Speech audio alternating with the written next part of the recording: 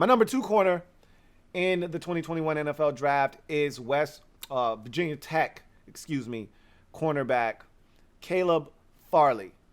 This is a guy that, in a lot of people's minds, is the best corner in the 2021 NFL Draft. And I look, I don't have any issues if you've got him as number 1. If you ask me, he has the most upside of any corner in this draft class. And honestly, I don't know if it's close. I think the sky's the limit for him.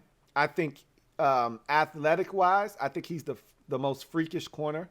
And you look at his size at 6'2", 200 pounds, and running a 4.28 40, if that is legit and accurate, which is what he reportedly ran at his training facility before he elected to have back surgery again, which we'll talk about. That's a ridiculous time. He's a ridiculous athlete, and he's got ridiculous ball skills. Like, he's got the highest upside. He just started playing this position. We'll get into all of those things as we flip his card over and take a look at what he brings to the table. So, Caleb Farley, height, weight, speed specimen, right off the bat. First thing you notice is he's 6'1", 6'2", 200 pounds, 4.28 40. Let's just call it a 4.3. All right. Whatever it is, that's dumb fast. 4.35, 4.3 flat, 4.28, it's dumb fast. Okay. Once we get to anything south of 4.4, we stop counting it. You're fast. Okay. You check that box off. He's got length that comes with that height, with that size, with that speed. He's got length. And to me, after know-how, after awareness as a corner, length is the next thing. Because how many corners that are not fast, slow of foot, have we seen in this league excel because of length? I mean, that was the claim to fame of the Legion of Boom. That was their calling card. Nope, we don't have the fastest corners. We're playing cover 3. We're not playing a ton of man-to-man. But what you're not going to do is get over the top on our corners. Why? Because they're long and rangy.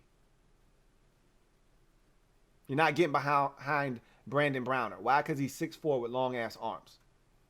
You're not getting behind Dick Sherman. Why? Because he's 6'2" with long, rangy arms. Because even if you're beat, I always remember that Dick Sherman played against Michael Crabtree in the NFC Championship game against the 49ers. He's beaten on that play. And he reaches up, extends those go-go gadget arms, and tips the ball in the air, and it gets picked off. We all remember that game. That's what happened when you tried me with a sorry receiver.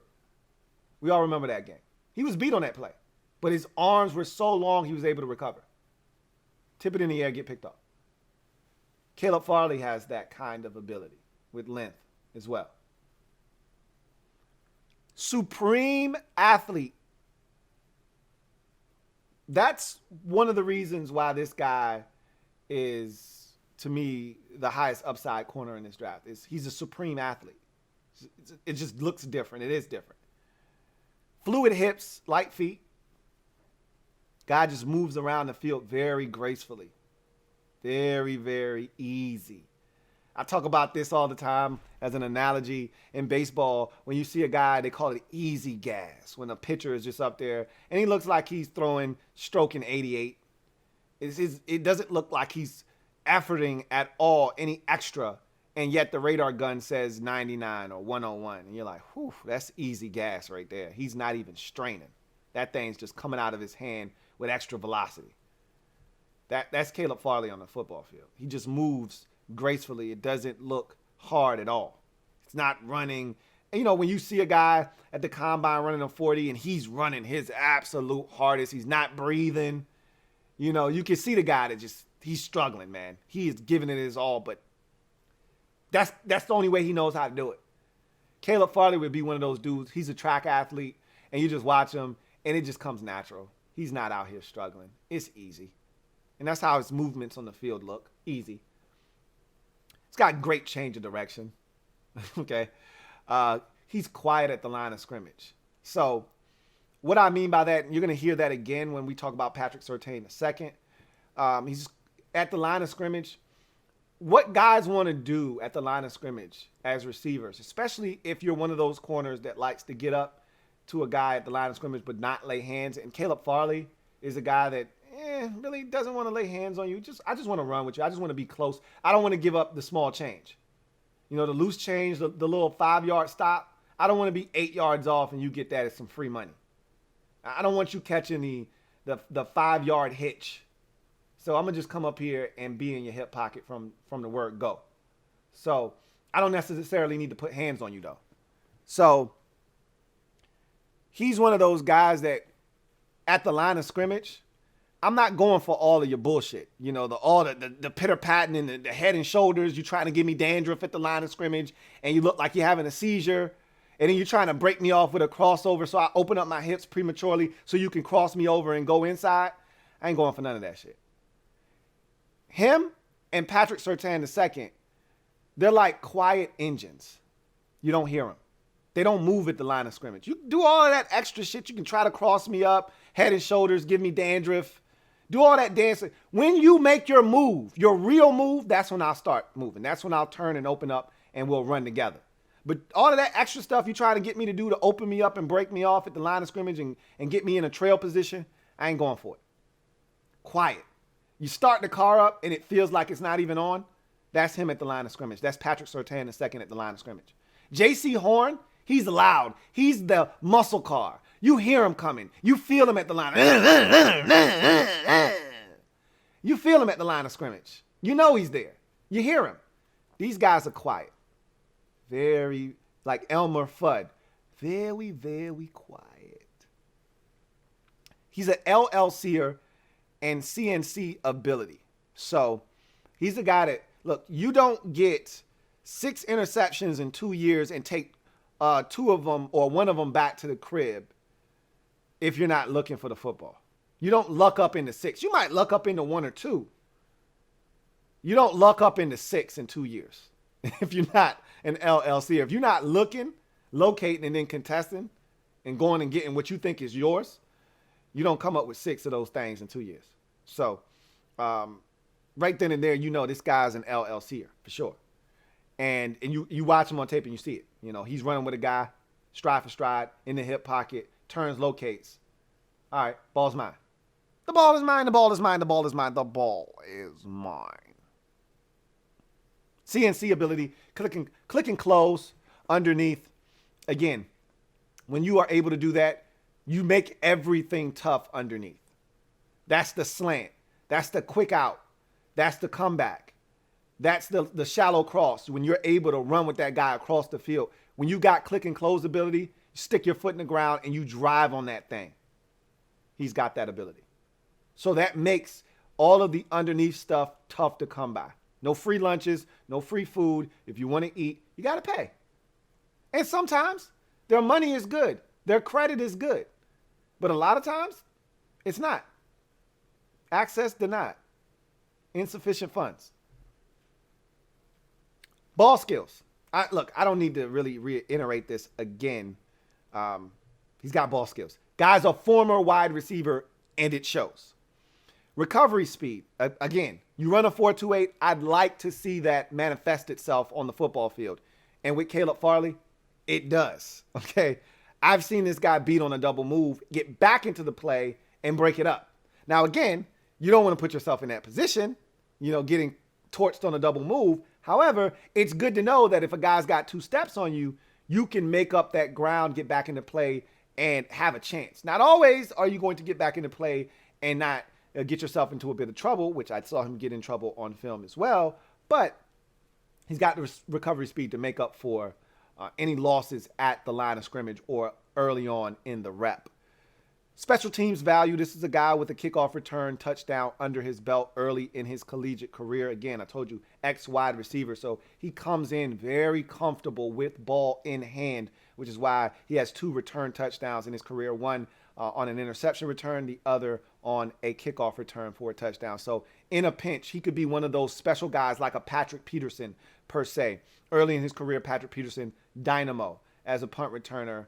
Never really was able to rekindle that magic after the rookie season. But, you know, in special instances, if you're feeling frisky, you need a big play, you need a spark, and, you know, the Cardinals would just throw Patrick Peterson back there and see if he could do something for him.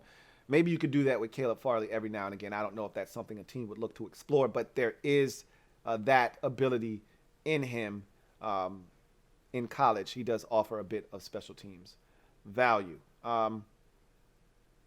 Tackling or upside. And the reason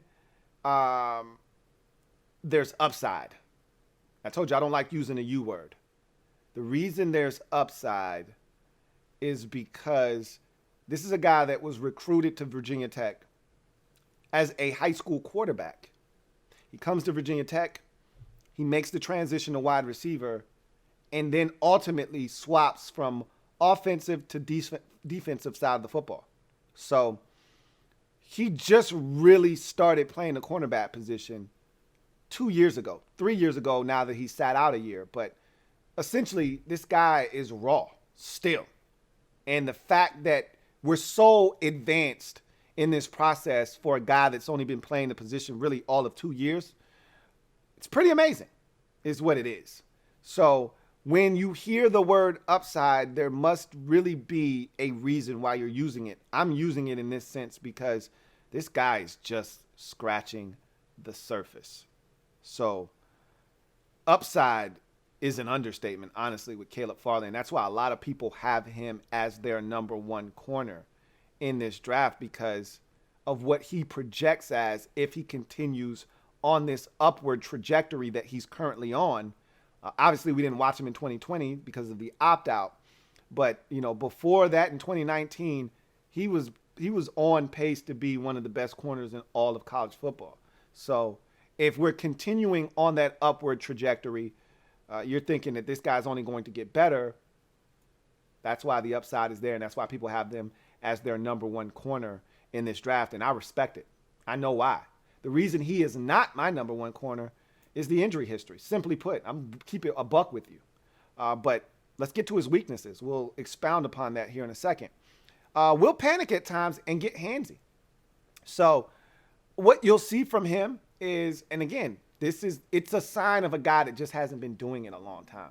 Because his skill set, his attributes, his raw ability suggests that he should never really be in full panic mode. Bro, you're too talented and gifted of an athlete to panic. You should be cool, calm, and collected at all times. So what? Somebody beat you off the line of scrimmage and you're trailing and they're running a deep route. You're 4.28, bro. How many dudes is doing that in the league? Turn on the afterburners and go get them. But he panics. Why? Because he's still green and wet behind the ears, breath smelling like Similac. He's still in his infant stages as a corner. So he isn't comfortable in those waters yet. So when he's beat and he's not close enough in trail technique to be within arm's reach and he doesn't know where the ball is, he panics. Now he's face guarding and he's grabbing and he's tugging and he's hugging and he's loving.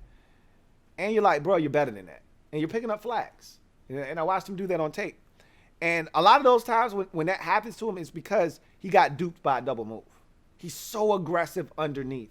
He wants everything. And I talked about this. That's why Greg Newsome II is so interesting, because there is this, like, it's almost like this contrasting dynamic with him, in the sense that he doesn't give up anything deep, but because he doesn't give up anything deep and he's so cautious, he's not taking the risk necessary to make plays. Well, Caleb Farley's, he's all in. Chips are all in the center of the table, and he's like, bro, I'm going after it. Well, when you do that, you get beat sometimes, because you smell that out and you think you about to pick this and take it to the crib. Time to go make a residential call.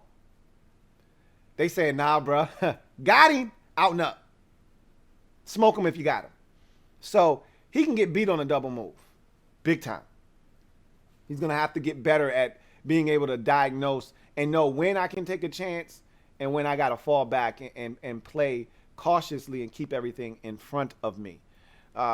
Tackling can be problematic for him. He is not the best tackler. And we see this all the time with guys that are making a positional switch from offense to defense. The physicality just a lot of times simply isn't there. If I've played quarterback my entire life, played some wide receiver, and now you're asking me to go tackle somebody, I really don't want to do that. Like, that's not what I've been doing my entire life. I've been trying to avoid getting hit. Now you're asking me to go seek out contact? I don't know about that one. He's one of those guys you could tell in his head, he's like, I'd much rather not. If y'all can handle it, I'd really appreciate it. Now look, if you need me, I'm on standby. But if at all possible, I'd like for you guys to keep me out of this if you can. So he's got to get better in that regard. He's got to be better at tackling. And lastly, and this is the biggest thing with him, and reports are running rampant now, as they often do this close to the draft now. You get these reports that surface 72 to 48 hours prior to the draft, and this is no different. Oh, he's potentially going to fall out of the first round because of his injury history. Look, I've been saying this for the last 2 months about Caleb Farley. If I were a team in need of a corner, I would have to get 1,000% assurance from my team physician, my medical staff, that, hey, this kid is, from a physical standpoint, he's fine. Now, his body may break down on him and he may get injured, but just looking at all of the medical data we have and all the procedures he's had already before getting here, he's going to be fine. I've got to be reassured of that 10 times over to feel comfortable pulling the trigger on him in the first round.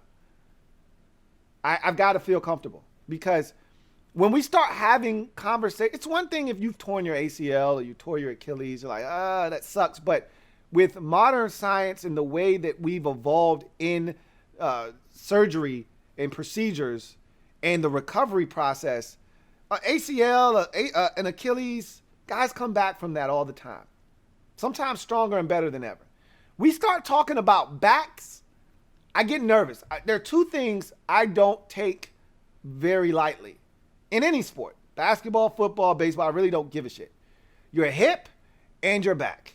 We start talking about, and your neck. Those three things. So let me add neck in there too. We start talking about any of those three things, I've got major issues. Because those are the three injuries and places on your body that could lead to early retirement. He's already had surgery on his back, and the man hasn't played in a competitive game since 2019. He sat out the whole 2020, and this is the stuff I don't get. Because if he was having any issues with his back during the whole 2020 campaign, he could have quietly gone and had back surgery, and nobody would have known.